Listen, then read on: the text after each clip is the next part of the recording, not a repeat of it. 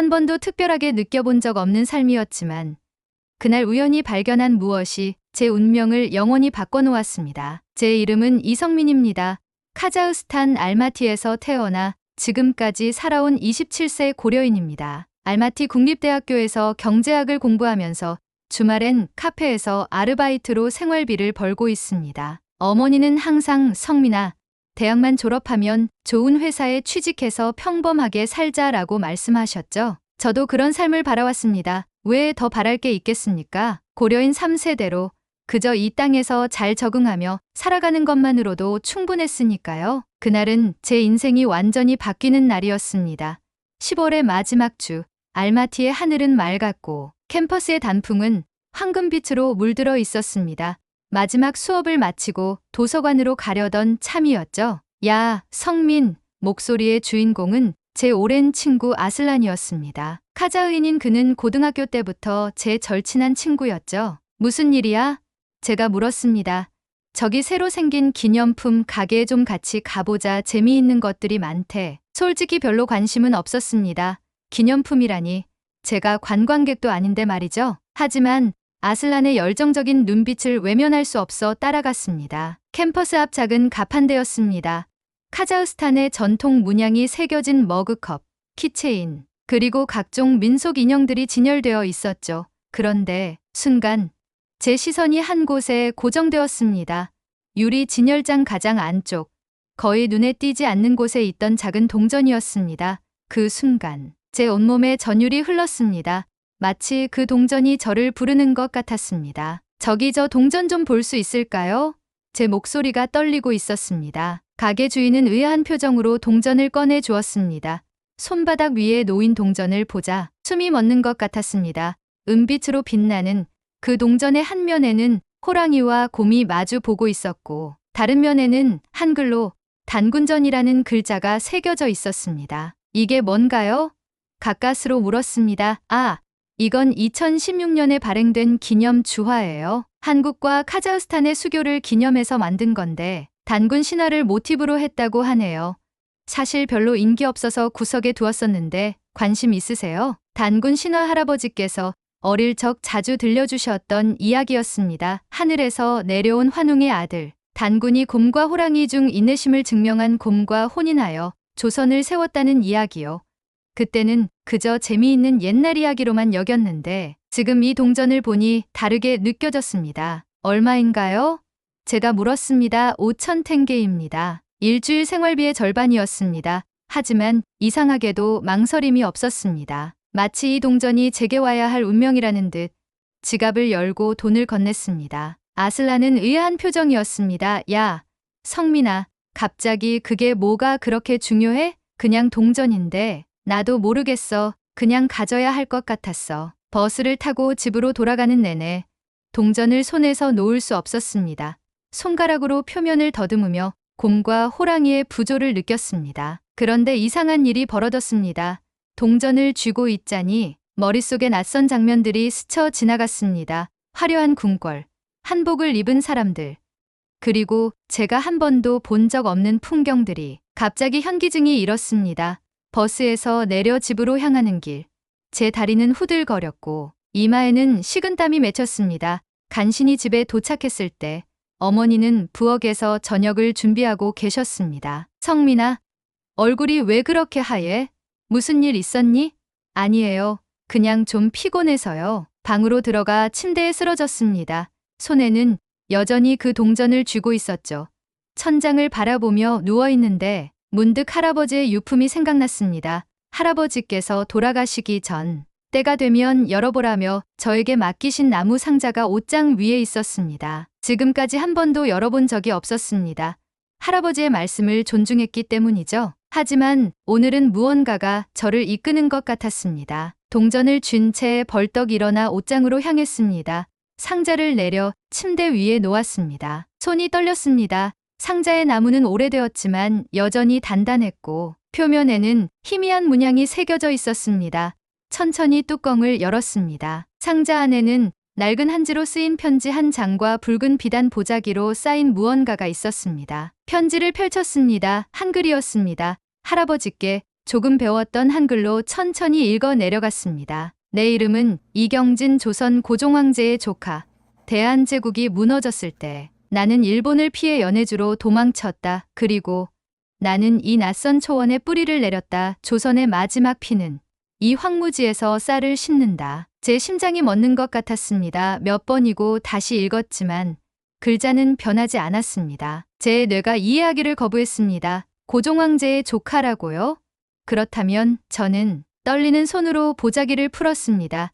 안에는 금빛 자수가 놓인 가락지와 정교하게 새겨진 붉은 인장이 있었습니다. 인장에는 붓글씨로 경진지인이라 새겨져 있었습니다. 가락지에는 용의 문양이 섬세하게 새겨져 있었죠. 방 안이 갑자기 돌아가는 것처럼 느껴졌습니다. 제가 지금까지 알고 있던 제 자신과 이 상자 속에서 발견한 진실 사이의 간극이 너무 컸습니다. 저는 조선 왕족의 피를 이어받은 사람이었습니까? 어머니, 작게 중얼거렸습니다. 거실로 나가자 어머니는 여전히 부엌에 계셨습니다. 제 모습을 보시더니 얼굴이 굳어지셨습니다. 알게 되었구나. 어머니의 목소리가 작게 떨렸습니다. 어머니, 이게 다 사실인가요? 저희가 정말 왕족의 후손인가요? 어머니는 깊은 한숨을 내쉬셨습니다. 앉으렴. 성민아, 이야기할 시간이 왔구나. 소파에 나란히 앉았습니다. 어머니의 눈에는 복잡한 감정이 어려 있었습니다. 내 할아버지, 아니, 내 증조할아버지께서는 이 가족의 비밀을 평생 간직하셨단다. 일제강점기의 왕족들은 모두 표적이 되었고 소련 시절에는 특별한 배경을 가진 사람들이 모두 위험했지. 그래서 우리는 그저 평범한 고려인인 척 살아왔단다. 제 머릿속이 혼란스러웠습니다. 그럼 할아버지께서 항상 저에게 예절을 강조하시고 한글을 가르치시려 했던 이유가 그래, 내 속에 흐르는 피를 잊지 않게 하기 위해서였단다. 우리는 고려인이지만 동시에 조선 왕실의 피를 이어받은 사람들이야. 내 할아버지께서는 그 사실을 내가 스스로 발견하길 바라셨지. 그런데 왜 하필 지금 제 손에 쥐고 있던 동전을 바라보았습니다. 어머니의 눈빛이 깊어졌습니다. 세상에 우연은 없단다. 성민아, 내 피 속에 흐르는 그 무언가가 너를 그 동전으로 이끈 거야. 때가 된 거지. 그날 밤 저는 잠을 이루지 못했습니다. 창밖으로 보이는 별들은 평소와 다르게 더 밝게 빛나는 것 같았습니다. 동전과 인장을 손에 쥐고 침대에 누워 천장을 바라보았습니다. 제 머릿속은 복잡한 생각들로 가득 찼습니다. 지금까지 살아온 27년의 삶이 마치 가면을 쓴 채 연기하는 것 같은 느낌이 들었습니다. 저는 누구인가? 제 뿌리는 어디에 있는가? 고종황제의 조카의 후손이라니. 그렇다면 제 혈관 속에는 왕의 피가 흐르고 있다는 말인가요? 동전을 다시 한번 바라보았습니다. 단군의 이야기, 조선의 시작, 그리고 인장을 쥐었습니다. 고조부 이경진의 인장, 조선 왕실의 마지막 증거 두 물건이 제 손 안에서 묘하게 공명하는 것 같았습니다. 마치 과거와 미래가 이 순간 제 안에서 만나는 듯한 느낌이었습니다. 난 지금까지 누구였지? 앞으로는 누가 되어야 하지? 질문들이 제 머릿속을 맴돌았습니다. 할아버지께서 항상 저에게 강조하셨던 것들이 생각났습니다. 매주 일요일마다 한글을 가르치려 하셨던 것, 설날과 추석에 반드시 한복을 입고 제사를 지내던 것, 그리고 항상 저에게 너는 특별한 피를 물려받았다고 말씀하셨던 것, 모든 것이 이제야 의미를 가지기 시작했습니다. 할아버지께서는 우리 가문의 비밀을 지키면서도 저에게 그 유산을 물려주기 위해 준비하고 계셨던 것입니다. 저는 침대에서 일어나 창가로 걸어갔습니다. 알마티의 밤하늘은 맑았고 멀리 천산산맥의 윤곽이 달빛에 희미하게 보였습니다. 이 땅에서 태어나 이 땅의 공기를 마시며 자란 저였지만 제 속에는 다른 나라, 다른 역사의 피가 흐르고 있었습니다. 동전과 인장을 창가의 작은 탁자 위에 나란히 올려놓았습니다. 달빛이 그 위에 내리쬐자 두 물건이 신비롭게 빛났습니다. 마치 오래전부터 이 순간을 기다려왔다는 듯이요. 무엇을 해야 하지? 이 비밀을 어떻게 받아들여야 할지, 앞으로 어떻게 살아가야 할지 혼란스러웠습니다. 하지만 한 가지는 분명했습니다. 저는 더 이상 예전의 이성민이 아니었습니다. 어쩌면 처음부터 그런 사람은 없었는지도 모릅니다. 저는 항상 이 순간을 향해 살아왔는지도 모릅니다. 침대로 돌아와 누웠지만 여전히 잠은 오지 않았습니다. 제 머릿속에는 아이디어 하나가 떠올랐습니다. 다음 주 일요일 알마티 고려인 문화센터에서 고려인의 정체성과 미래라는 주제로 포럼이 열릴 예정이었습니다. 저는 매년 그 행사에 참석했지만 항상 조용히 뒤에 앉아 듣기만 했었죠. 하지만 이번에는 달랐습니다. 이번에는 제가 무대에 올라 이야기할 것입니다. 저희 가문의 비밀, 제 혈통의 진실, 그리고 그것이 의미하는 바에 대해서요. 내가 정말 그럴 수 있을까? 두려움과 설렘이 교차했습니다. 이 비밀을 세상에 공개한다는 것은 큰 용기가 필요했습니다. 하지만 동시에 이것이 제가 가야 할 길이라는 확신이 들었습니다. 제 안에 흐르는 피, 그 오랜 역사와 전통이 저를 이끌고 있었습니다. 결심했습니다. 이 비밀을 더 이상 숨기지 않겠다고요. 우리 가문의 역사와 유산을 되찾고 그것을 자랑스럽게 계승하겠다고요. 그것이 제 운명이라면 저는 그 운명을 받아들일 준비가 되어 있었습니다. 새벽녘, 창문으로 비치는 달빛 아래 인장과 동전이 반짝였습니다. 마침내 잠이 들기 전 마지막으로 동전을 바라보았습니다. 단군의 이야기, 조선의 시작. 그리고 지금 저는 그 끝에서 새로운 시작을 준비하고 있었습니다. 나는 평범한 줄 알았다 하지만 단 하나의 동전이 나를 흔들었다. 그날 이후 제 삶은 완전히 달라졌습니다. 아니, 제 삶 자체가 바뀐 것이 아니라 제가 세상을 바라보는 눈이 달라진 것이었습니다. 매일 아침 거울에 비친 제 얼굴을 보며 중얼거렸습니다. 당신은 왕족의 후손입니다. 고종 황제의 혈통을 이어받은 사람입니다. 그 말을 할 때마다 가슴이 터질 듯 뛰었습니다. 제가 알던 저는 그저 평범한 카자흐스탄의 고려인 대학생이었는데 갑자기 조선 왕실의 후손이라니 상상도 못했던 일이었습니다. 다음 날 아침 저는 미친 듯이 도서관으로 달려갔습니다. 조선 왕실, 고종 황제, 일제강점기에 대한 모든 책을 찾아 읽기 시작했습니다. 대학 도서관의 작은 한국학 섹션에는 몇 권의 책만 있었지만 그것으로도 충분했습니다. 제 손은 책장을 넘길 때마다 떨렸고 눈에서는 뜨거운 눈물이 흘러내렸습니다. 이럴 수가. 책 속에서 고종 황제의 사진을 발견했을 때 저는 충격으로 의자에서 일어나 비틀거렸습니다. 놀랍게도 그분의 눈이 제 눈과 똑같았습니다. 같은 쌍꺼풀, 같은 눈매, 심지어 약간 처진 눈꼬리까지도 유전자의 강력한 힘을 실감하는 순간이었습니다. 실례합니다만 괜찮으세요? 도서관 사서가 걱정스럽게 물었습니다. 저는 황급히 눈물을 닦으며 고개를 끄덕였습니다. 네, 괜찮습니다. 그냥 감동적인 부분을 읽고 있었습니다. 그날 밤 저는 동전과 인장, 그리고 고조부의 편지를 침대 위에 펼쳐놓고 다시 한번 읽었습니다. 각 글자, 각 단어가 저에게 새로운 의미로 다가왔습니다. 내 이름은 이경진, 조선 고종황제의 조카. 그 다음 날 저는 어머니께 더 자세한 이야기를 듣기 위해 부엌으로 향했습니다. 어머니는 김치를 담그고 계셨는데 그 모습이 갑자기 너무나 신성하게 느껴졌습니다. 그것은 단순한 음식 준비가 아니라 수백 년 왕실의 전통을 이어가는 의식처럼 보였습니다. 어머니, 더 자세히 말씀해 주세요. 고조 할아버지께서는 어떻게 여기까지 오셨나요? 우리 가족은 왜 이 사실을 숨겨야 했나요? 어머니는 손을 씻고 창가로 걸어가 먼 산을 바라보셨습니다. 그리고 충격적인 이야기를 시작하셨습니다. 고조 할아버지 이경진님은 1910년 한일합방 직후 목숨의 위험을 느끼고 일본을 피해 도망치셨어.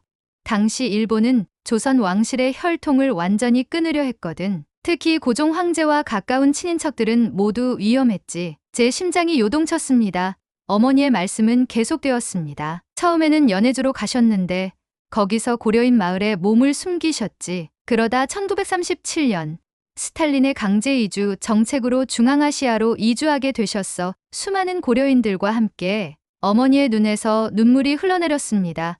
저도 모르게 무릎을 꿇고 어머니의 손을 붙잡았습니다. 그리고 더 끔찍한 사실은 어머니의 목소리가 떨렸습니다. 일본 첩자들이 계속해서 고조 할아버지를 쫓았다는 거야. 여기 카자흐스탄까지 와서도 그들은 조선 왕실의 혈통을 완전히 끊으려 했거든. 아니 설마. 저는 충격의 말을 잇지 못했습니다. 내 증조할아버지는 일본 첩자에게 칼에 찔려 돌아가셨어. 그래서 우리는 더욱더 우리의 정체를 숨겨야 했던 거야. 그 순간 제 몸 안에서 뭔가가 폭발했습니다. 분노, 슬픔, 그리고 이상한 사명감이 뒤섞인 감정이었습니다. 제 조상들은 단순히 역사 속에 사라진 것이 아니라 누군가에 의해 의도적으로 지워진 것이었습니다. 어머니, 저는 이 사실을 세상에 알려야겠습니다. 어머니의 얼굴이 창백해졌습니다. 성민아, 위험할 수 있어. 아직도요? 제 목소리가 높아졌습니다. 어머니는 깊은 한숨을 내쉬셨습니다. 우리 가문을 쫓는 사람들이 있을지도 몰라. 역사는 끝나지 않았어. 그날 저녁, 기숙사로 돌아가는 길에 이상한 느낌이 들었습니다. 누군가 저를 지켜보는 듯한 감각이었습니다. 뒤를 돌아보았지만 아무도 없었습니다.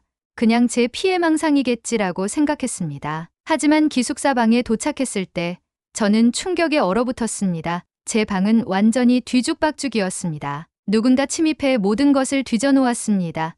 책상 서랍은 열려 있었고 옷장의 옷들은 바닥에 흩어져 있었습니다. 가장 끔찍한 것은 할아버지의 나무 상자가 열려 있었고 인장과 가락지가 사라졌다는 것입니다. 아니, 안 돼. 경찰을 불러야 했지만 이상하게도 제 손은 전화기를 들지 않았습니다. 이것은 일반적인 절도 사건이 아니었습니다. 누군가 우리 가문의 비밀을 알고 있었고 그 증거를 없애려 했습니다. 다행히도 동전은 항상 제 지갑 속에 넣어두었기 때문에 무사했습니다. 지갑을 열어 동전을 확인하니 안도감이 밀려왔습니다. 하지만 동시에 두려움도 커졌습니다.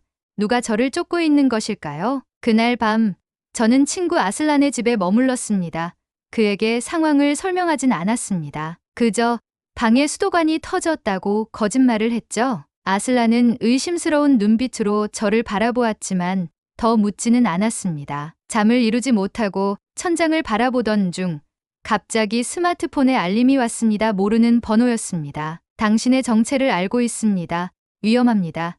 내일 아침 8시 중앙공원 3번째 벤치에서 만납시다. 심장이 미친 듯이 뛰었습니다. 메시지를 보낸 사람은 누구일까요? 친구일까요? 적일까요? 하지만 저에게는 다른 선택지가 없었습니다. 가족의 유물을 되찾고 이 미스터리를 풀어야 했습니다. 다음 날 아침, 저는 전날보다 일찍 일어나 공원으로 향했습니다. 손은 떨렸고 이마에는 식은땀이 맺혔습니다. 3번째 벤치는 비어 있었습니다. 조심스럽게 주변을 살폈지만 아무도 없었습니다. 8시 정각, 한 노인이 천천히 걸어와 벤치에 앉았습니다. 80대로 보이는 그분은 카자흐인처럼 보였지만 동양적인 눈매를 가지고 있었습니다. 제가 조심스럽게 다가가자 그분은 미소 지으셨습니다. 이성민 군, 마침내 만나게 되었군요. 저를 어떻게 아세요? 노인은 주머니에서 작은 주머니를 꺼내 저에게 건넸습니다. 떨리는 손으로 열어보니 그 안에는 제가 잃어버린 인장과 가락지가 있었습니다. 이게 어떻게? 내 이름은 김바울입니다. 나는 당신 고조할아버지의 경호원 김정우의 손자죠. 충격의 말을 잇지 못했습니다. 노인은 계속해서 이야기했습니다. 우리 가문은 대대로 이경진님의 가문을 보호해왔습니다. 어젯밤 당신의 방에 침입한 자들을 감시하고 있었고 그들이 유물을 가져갈 때 뒷조차가 되찾았습니다. 그들은 누구였습니까? 노인의 눈빛이 어두워졌습니다. 일본 극우단체의 사람들입니다. 그들은 아직도 조선 왕실의 혈통을 완전히 지우려 하고 있습니다. 저는 숨이 막혔습니다. 이것은 너무 비현실적이었습니다. 마치 영화 속 이야기 같았습니다. 하지만 왜 아직까지? 역사는 끝나지 않았습니다. 젊은이 당신의 존재 자체가 그들에게는 위협입니다. 당신이 공개적으로 자신의 정체성을 밝히려 한다는 소문이 퍼졌습니다. 제가 놀라서 되물었습니다. 어떻게 그걸 아세요? 우리는 항상 당신을 지켜보고 있었습니다. 알마티 고려인 문화센터에서 열리는 포럼에 참석하려는 당신의 계획도 알고 있습니다. 그 순간 저는 의자에 깊이 기대앉았습니다. 저의 평범했던 삶은 완전히 끝났습니다. 저는 이제 음모와 위험, 그리고 역사의 무게 속에 살고 있었습니다. 그럼 제가 어떻게 해야 합니까? 김바울 노인은 제 손을 꼭 잡았습니다. 그의 손은 거칠었지만 따뜻했습니다. 당신의 운명을 받아들이세요. 숨지 말고 당당하게 나아가세요. 우리가 당신을 보호할 것입니다. 노인은 또 다른 물건을 꺼냈습니다. 그것은 오래된 열쇠였습니다. 이것은 조선 왕실의 비밀 금고 열쇠입니다. 고종 황제께서 이경진님에게 맡기신 것이죠. 금고는 서울의 한 사찰에 숨겨져 있습니다. 안에는 당신이 진정한 왕족임을 증명할 수 있는 문서와 보물이 있습니다. 제 손에 열쇠를 쥐어주며 노인은 진지하게 말했습니다. 이제 당신의 여정이 시작됩니다. 이성민 한국으로 가세요. 그리고 당신의 유산을 되찾으세요. 숨이 막힐 듯한 감정이 저를 압도했습니다. 저는 더 이상 알마티의 평범한 대학생이 아니었습니다. 저는 조선 왕실의 후손, 잃어버린 왕자의 피를 이은 사람이었습니다. 그리고 제게는 이제 사명이 생겼습니다. 한국으로 가서 숨겨진 유산을 찾고 제 진정한 정체성을 세상에 알려야 했습니다. 공원을 떠나기 전 김바울 노인은 마지막으로 말했습니다. 조심하세요. 그들은 어디에나 있습니다. 하지만 두려워하지 마세요. 당신의 혈통에는 힘이 있습니다. 단군의 피, 조선 왕실의 혼이 당신을 보호할 것입니다. 그날 밤 저는 한국행 비행기 표를 예약했습니다. 제 심장은 두려움과 흥분으로 요동쳤습니다. 창밖으로 보이는 알마티의 불빛들을 바라보며 저는 미래에 대해 생각했습니다. 제가 찾을 진실은 무엇일까요? 서울의 금고 안에는 정말 왕실의 비밀이 숨겨져 있을까요? 그리고 저는 그 진실을 감당할 수 있을까요? 하지만 이제 돌아갈 수 없었습니다. 동전이 제 운명을 깨웠고 이제 저는 그 길을 걸어가야만 했습니다. 나는 이제 알고 있다. 내 안에 흐르는 피는 평범하지 않다. 그것은 왕의 피, 조선의 혼이다. 인천독재공항에 발을 디딘 순간 제 심장은 터질 듯이 뛰었습니다. 한국, 제 조상의 땅 한 번도 와본 적 없는 나라인데도 이상하게 익숙했습니다. 공항 천장에 걸린 태극기를 보는 순간 제 눈에서는 뜨거운 눈물이 흘러내렸습니다. 마침내 제가 돌아왔습니다. 김바울 노인이 주신 지시에 따라 저는 공항에서 바로 택시를 탔습니다. 목적지는 서울 북악산 자락에 있는 청운사라는 오래된 사찰이었습니다. 택시기사님은 제가 외국인임을 알아채고 영어로 말을 걸었지만 저는 할아버지께 배운 서툰 한국어로 대답했습니다. 저는 고려인입니다. 카자흐스탄에서 왔어요. 기사님의 눈이 커졌습니다. 아, 고려인이시군요.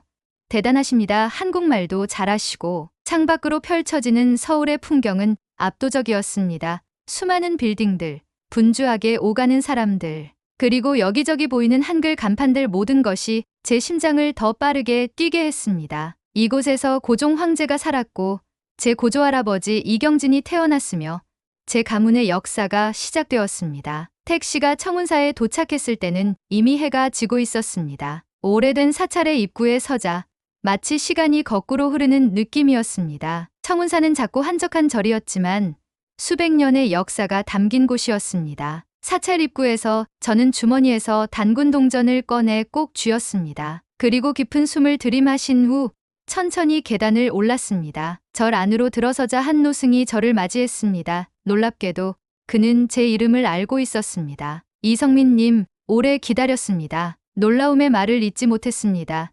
노승은 미소를 지으며 계속 말했습니다. 김바울님으로부터 연락을 받았습니다. 당신이 오실 것을 우리는 100년 넘게 기다려왔습니다. 100년이라니 제 귀를 의심했습니다.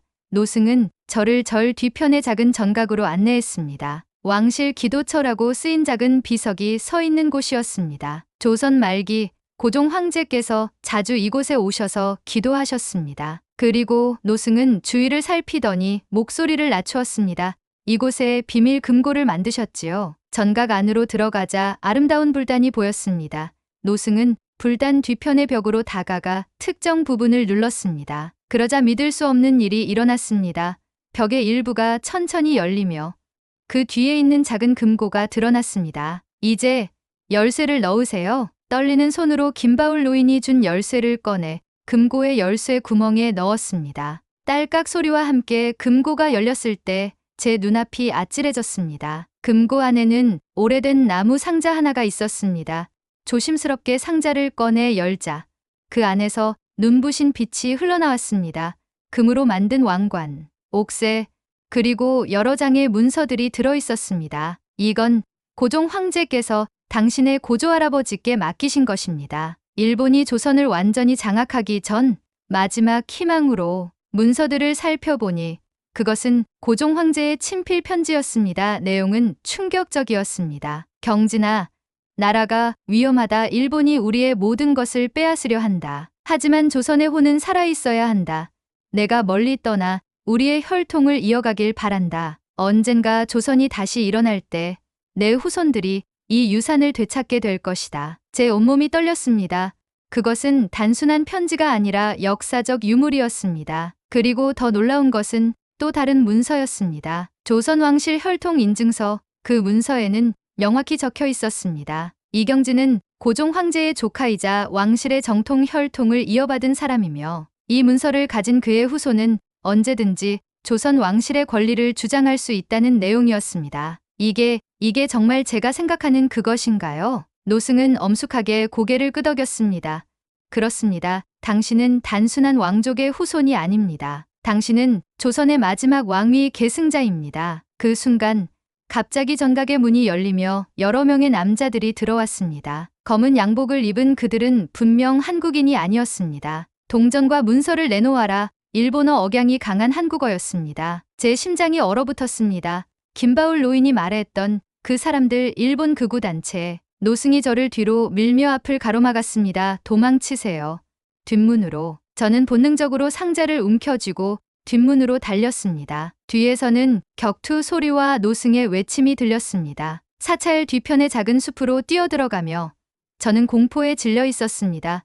어디로 가야 할지, 누구에게 도움을 청해야 할지 전혀 몰랐습니다. 한국의 친구도, 지인도 없었으니까요. 문득 단군 동전이 생각났습니다. 제 지갑에서 동전을 꺼내보니 이상하게도 동전의 한쪽 면이 푸른빛으로 빛나고 있었습니다. 마치 방향을 가리키는 것 같았습니다. 미친 짓인 줄 알면서도 저는 동전이 가리키는 방향으로 뛰기 시작했습니다. 숲을 지나 작은 골목길로, 그리고 번화가로 저는 멈추지 않고 계속 달렸습니다. 마침내 동전의 빛이 가장 강하게 빛나는 곳에 도착했습니다. 서울의 한복판, 광화문이라 불리는 거대한 광장이었습니다. 광장 한가운데에는 세종대왕과 이순신 장군의 동상이 우뚝 서 있었습니다. 숨을 헐떡이며 주위를 둘러보았지만 도움을 청할 사람은 보이지 않았습니다. 그때였습니다. 이성민 씨, 뒤에서 들려온 여성의 목소리에 깜짝 놀라 돌아보았습니다. 20대 후반으로 보이는 여성이 저를 바라보고 있었습니다. 한복을 현대적으로 변형한 옷을 입고 있었고 귀걸이로는 작은 태극 문양을 달고 있었습니다. 누구십니까? 제 이름은 이소연입니다. 김바울 할아버지의 손녀죠. 제 눈이 커졌습니다. 김바울 노인의 손녀라니. 할아버지께서 연락을 주셨어요. 당신이 위험할 거라고 따라와요. 안전한 곳으로 모셔드릴게요. 망설일 시간이 없었습니다. 뒤에서는 이미 검은 양복을 입은 남자들이 광장으로 들어서고 있었습니다. 저는 이소연을 따라 좁은 골목길로 뛰어들었습니다. 몇 분 후 우리는 한옥처럼 생긴 건물 앞에 도착했습니다. 문을 열고 들어가자 안에는 여러 명의 사람들이 있었습니다. 모두 깊은 생각에 잠긴 표정으로 저를 바라보았습니다. 환영합니다. 이성민님, 여기는 조선 혼 수호회입니다. 50대로 보이는 남성이 저에게 인사했습니다. 그의 옷깃에는 작은 태극 문양핀이 달려 있었습니다. 우리는 조선 왕실의 숨겨진 역사와 유산을 지키는 비밀 단체입니다.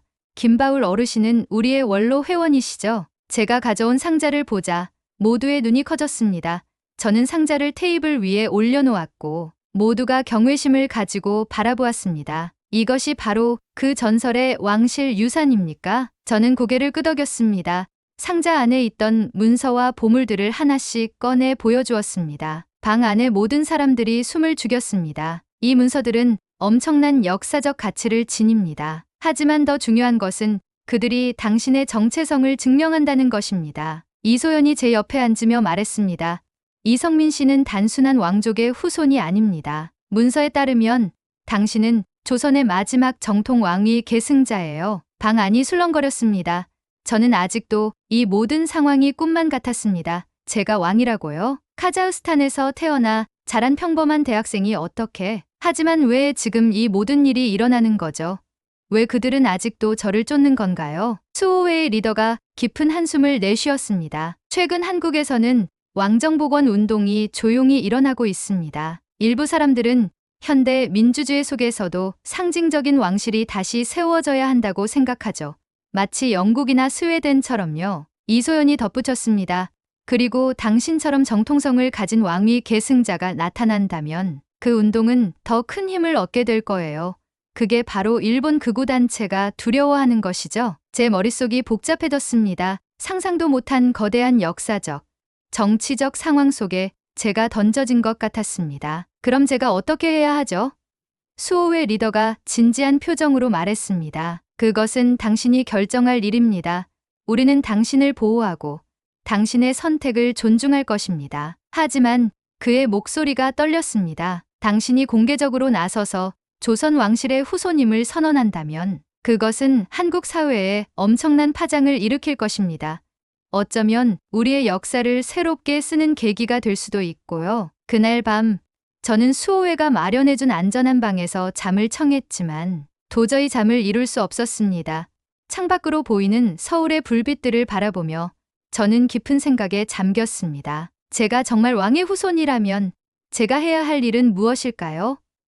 그냥 카자흐스탄으로 돌아가 평범한 삶을 살아야 할까요? 아니면 이 놀라운 유산을 받아들이고 새로운 운명을 향해 나아가야 할까요? 동전을 손에 쥐고 있자니 이상하게도 마음이 차분해졌습니다. 마치 오래전부터 저에게 말을 걸고 있던 것처럼 동전이 속삭이는 것 같았습니다. 내 안에는 단군의 피가 흐르고 조선 왕실의 혼이 살아있다. 다음 날 아침 저는 결심했습니다. 두려움과 망설임을 뒤로하고 저는 제 운명을 받아들이기로 했습니다. 수호의 모든 사람들 앞에서 저는 선언했습니다. 저는 이성민입니다. 조선 고종 황제의 혈통을 이어받은 사람이자 문서로 증명된 조선의 마지막 왕위 계승자입니다. 저는 이 사실을 숨기지 않고 당당히 세상에 알리겠습니다. 방 안의 모든 사람들이 경외심과 감동으로 저를 바라보았습니다.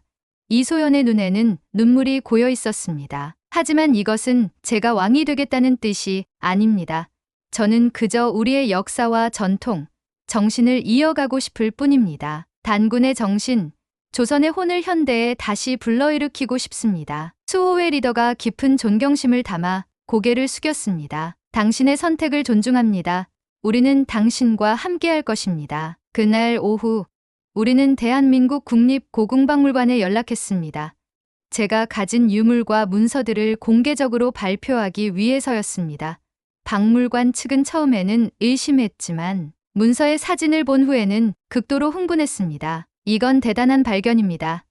즉시 전문가 팀을 구성하겠습니다. 그리고 불과 이틀 후 저는 국립고궁박물관의 특별 기자회견장에 서 있었습니다. 수백 명의 기자들과 역사학자들 앞에서 저는 제 이야기를 시작했습니다. 제 이름은 이성민입니다. 카자흐스탄 알마티에서 온 고려인이죠. 그리고 저는 조선 왕실의 마지막 피를 이어받은 사람입니다. 기자회견장이 술렁거렸습니다. 카메라 플래시가 끊임없이 터졌고 수많은 질문이 쏟아졌습니다. 하지만 저는 당당하게 제 이야기를 이어갔습니다. 저는 단지 하나의 동전으로 이 모든 여정을 시작했습니다. 그리고 이제 저는 제 운명을 받아들이려 합니다. 전 세계 뉴스에 제 이야기가 보도되었습니다. 조선 마지막 왕족의 귀환, 잃어버린 왕자, 카자흐스탄에서 돌아오다, 단군의 피 현대에 깨어나다. 저는 이제 더 이상 숨지 않았습니다. 제 안에 흐르는 피, 제 가슴 속에 살아있는 역사, 그리고 제 손에 쥔 단군의 동전, 이 모든 것이 저를 이 순간으로 이끌었습니다. 동전을 바라보며 저는 미소 지었습니다. 모든 것은 이 작은 동전에서 시작되었습니다. 그리고 이제 새로운 이야기가 시작되려 합니다. 나는 평범한 줄 알았다 하지만 단 하나의 동전이 나를 깨웠다. 그리고 이제 나는 알고 있다. 내 안에 흐르는 피는 평범하지 않다는 것을. 기자회견 이후 제 삶은 완전히 뒤바뀌었습니다. 카자흐스탄의 평범한 대학생에서 하룻밤 사이에 조선 왕실의 마지막 후손이라는 타이틀을 얻게 되었으니까요. 세계 각국의 언론은 저를 잃어버린 왕자라고 부르기 시작했고 소셜미디어에서는 단군의 후예, 귀환한 왕자 같은 해시태그가 트렌드가 되었습니다. 전화와 인터뷰 요청이 쏟아졌고 심지어 할리우드에서는 제 이야기를 영화로 만들고 싶다는 연락까지 왔습니다. 하지만 모든 것이 장밋빛은 아니었습니다. 일본 극우단체의 위협은 계속되었고 한국 내에서도 저를 사기꾼이라 부르는 사람들이 있었습니다.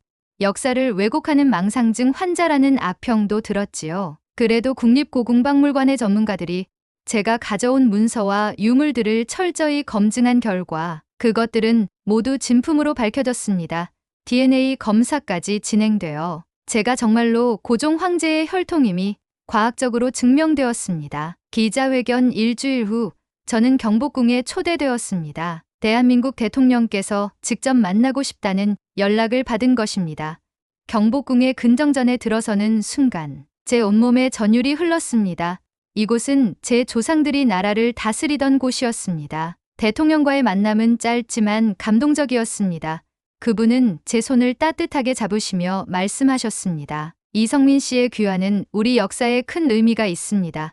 비록 우리는 이제 민주공화국이지만 조선왕실의 역사와 전통은 여전히 우리 정신의 일부입니다. 앞으로 대한민국은 이성민 씨를 조선왕실 문화 명예대사로 임명하고자 합니다. 제 눈에서 뜨거운 눈물이 흘러내렸습니다. 저는 떨리는 목소리로 대답했습니다. 이런 영광을 주셔서 감사합니다. 저는 제 혈통에 부끄럽지 않게 최선을 다하겠습니다. 그날 저녁, 저는 경복궁의 특별 객실에서 하룻밤을 보냈습니다. 처음으로 왕실의 후손으로서 왕궁에서 잠을 자게 된 것입니다.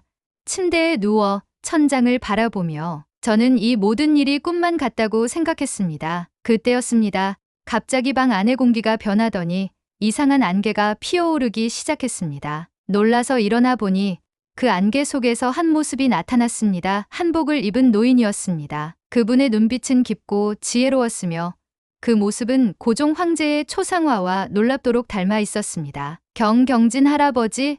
제가 떨리는 목소리로 물었습니다. 노인은 미소를 지으셨습니다. 아니다. 나는 고종이다. 내 고조 할아버지의 삼촌이지. 저는 충격의 말을 잃었습니다. 고종 황제의 영혼이라니. 이것은 환각일까요? 아니면 꿈일까요? 두려워 말거라. 나는 단지 너에게 마지막 메시지를 전하기 위해 왔다. 황제의 모습은 희미하게 빛나며 마치 다른 차원에서 온 것처럼 보였습니다. 우리의 혈통은 단순한 혈연이 아니다. 그것은 단군으로부터 이어져 온 정신, 조선의 혼이다. 내가 그것을 깨달았으니 이제 마지막 임무를 수행할 때가 왔다. 마지막 임무라니요? 제가 물었습니다. 청운사의 금고에는 아직 너에게 보여주지 않은 또 하나의 비밀이 있다. 그것을 찾아 세상에 알려라. 그것이 우리 민족의 참된 유산이다. 그 말을 남기고 고종 황제의 모습은 서서히 사라졌습니다. 저는 더 많은 것을 물어보고 싶었지만 이미 늦었습니다. 방 안에는 다시 고요함만이 가득했습니다. 다음 날 아침, 저는 즉시 청운사로 향했습니다. 이소연과 수호회 회원들이 저를 따라왔습니다. 노승은 우리를 보자 놀라지 않는 것 같았습니다. 돌아오실 줄 알았습니다. 황제께서 꿈에 나타나셨지요? 저는 놀라서 고개를 끄덕였습니다. 어떻게 알았을까요? 노승은 금고로 우리를 다시 안내했습니다. 이번에는 금고 바닥을 자세히 살펴보라고 하셨습니다. 조심스럽게 손을 넣어 바닥을 더듬어 보니 작은 홈이 느껴졌습니다. 그 부분을 누르자 금고 바닥이 열리며 또 다른 공간이 드러났습니다. 그곳에는 작은 옥패 하나가 있었습니다. 표면에는 알 수 없는 고대 문자가 새겨져 있었습니다. 이건 이소연이 숨을 헐떡였습니다. 단군 시대의 고대 문자입니다. 전설로만 전해지던 노승이 설명했습니다. 이것은 천부인이라 불리는 옥패입니다. 전설에 따르면 환웅이 하늘에서 내려올 때 가져온 3가지 보물 중 하나로 단군이 백성들에게 남긴 마지막 유산이라고 합니다. 제 손에 옥패가 놓이자 놀랍게도 그것이 푸른빛으로 빛나기 시작했습니다. 같은 순간 제 주머니 속에 단군 동전도 같은 빛으로 반응했습니다. 이건 기적입니다. 수호회 리더가 경외감에 젖어 말했습니다. 천부인은 오직 단군의 직계 후손만이 활성화할 수 있다고 전해집니다. 그날 오후 우리는 다시 국립고궁박물관으로 향했습니다. 전문가들은 천부인을 본 순간 경악했습니다. 그것은 고고학계에서 수백 년간 찾아 헤맸던 전설 속의 유물이었기 때문입니다. 이 발견은 한국 역사학을 완전히 다시 쓰게 만들 것입니다. 한 역사학자가 흥분에 겨워 외쳤습니다. 며칠 후 천부인에 새겨진 고대 문자가 마침내 해독되었습니다. 그 내용은 모두를 놀라게 했습니다. 하늘과 땅이 하나이듯 모든 민족도 하나이니라. 분열과 대립을 넘어 화합과 평화의 길을 걸으라. 그것이 단군의 유산이니라. 그 메시지는 단순했지만 강력했습니다. 5000년 전 단군의 말씀이 현대에 다시 울려 퍼진 것입니다. 한 달 후 저는 북한과 한국 정상이 참석한 판문점 평화회담에 특별 초청을 받았습니다. 양국 지도자 앞에서 저는 천부인과 그 메시지를 공개했습니다. 저는 단군의 후예로서 오늘 이 자리에 섰습니다. 우리는 모두 같은 피를 나눈 형제 자매입니다. 단군의 마지막 메시지는 우리가 하나가 되어야 한다는 것입니다. 그 순간 기적 같은 일이 일어났습니다. 남북한 정상이 동시에 일어나 서로의 손을 굳게 잡은 것입니다. 수십 년간 이어진 분단의 상처를 치유하는 첫 걸음이 내디뎌진 것입니다. 회담 이후 저는 카자흐스탄으로 잠시 돌아갔습니다. 그곳에는 여전히 제 가족과 친구들, 그리고 제가 사랑하는 고려인 공동체가 있었습니다. 하지만 이제 저는 다른 사람이 되어 있었습니다. 알마티 고려인 문화센터에서 열린 특별 행사에서 저는 마침내 제 이야기를 고려인 동포들에게 들려주었습니다. 단군 동전을 발견한 그날부터 한국에서의 놀라운 경험들까지 저는 평범한 고려인 청년이었습니다. 하지만 단 하나의 동전이 제 운명을 바꾸었습니다. 그리고 이제 저는 알았습니다. 우리 모두의 안에는 단군의 피가 흐르고 있다는 것을, 우리는 모두 조선의 혼을 간직하고 있다는 것을. 청중석에서는 뜨거운 박수가 쏟아졌고 많은 이들의 눈에는 눈물이 고여 있었습니다. 특히 제 어머니는 자랑스러운 미소를 지으며 저를 바라보고 계셨습니다. 연설을 마치고 무대에서 내려오려는 순간 한 노인이 저를 불러 세웠습니다. 그분은 제가 한 번도 본 적 없는 분이었지만 어딘가 익숙한 느낌이 들었습니다. 이성민 군, 내 이름은 이강준이네. 나도 이경진의 후손이야. 놀라움의 말을 잇지 못했습니다. 또 다른 왕족의 후손이라니. 우리 가문은 여러 갈래로 나뉘어 숨어 살았네. 너의 발견으로 우리도 용기를 얻어 드디어 나오게 되었어. 그날 이후 세계 각지에서 조선 왕실의 후손들이 하나둘 나타나기 시작했습니다. 러시아, 중국, 미국, 심지어 북한에서도 수십 명의 왕족 후손들이 자신의 정체성을 되찾게 된 것입니다. 1년 후 저는 서울 광화문 광장에서 열린 단군 정신 선포식에 참석했습니다. 남북한을 포함한 전 세계에서 모인 수만 명의 사람들 앞에서 저는 단군 동전과 천부인을 들고 연설했습니다. 우리는 모두 단군의 자손들입니다. 지금 이 시대에 우리는 다시 한번 단군의 정신을 되살려야 합니다. 분열을 넘어 하나가 되는 정신, 평화와 화합의 정신을. 그 순간 하늘에서 갑자기 비가 내리기 시작했습니다. 하지만 이상하게도 그 비는 맑고 투명했으며 떨어지는 곳마다 무지개 빛으로 반짝였습니다. 사람들은 놀라움과 경외감으로 하늘을 올려다보았습니다. 하늘의 축복입니다. 누군가가 외쳤습니다. 그 순간 저는 이 모든 것이 우연이 아님을 깨달았습니다. 단군 동전을 발견한 그날부터 모든 것은 정해진 운명이었습니다. 제가 카자흐스탄에서 태어난 것, 그곳에서 동전을 발견한 것, 그리고 지금 이 자리에 선 것까지. 행사가 끝난 후 조용한 시간을 갖기 위해 청계천을 거닐었습니다. 물가에 앉아 단군 동전과 천부인을 나란히 놓고 바라보았습니다. 두 물건은 마치 천년을 기다려온 듯 완벽하게 어울렸습니다. 평범한 줄 알았던 내 삶은 사실 특별했다. 단 하나의 동전이 내 운명을 깨웠고 내 안에 흐르는 왕자의 피를 일깨웠다. 물에 비친 제 모습을 바라보니 그곳에는 더 이상 카자흐스탄의 평범한 청년이 아닌 5천년 역사를 이어받은 단군의 후예가 서 있었습니다. 동전을 물에 비추자 마치 온 세상이 그 빛으로 물드는 것 같았습니다. 그리고 이제 저는 확신했습니다. 나는 평범한 줄 알았다. 하지만 단 하나의 동전이 나를 깨웠다. 그리고 이제 나는 알고 있다. 모든 유산은 유물이 아니라 우리 모두의 마음속에 살아있는 정신이라는 것을. 끝까지 시청해 주셔서 감사합니다. 구독과 좋아요는 영상 제작에 큰 힘이 됩니다. 오늘도 즐겁고 보람된 날이 되기를 바랍니다.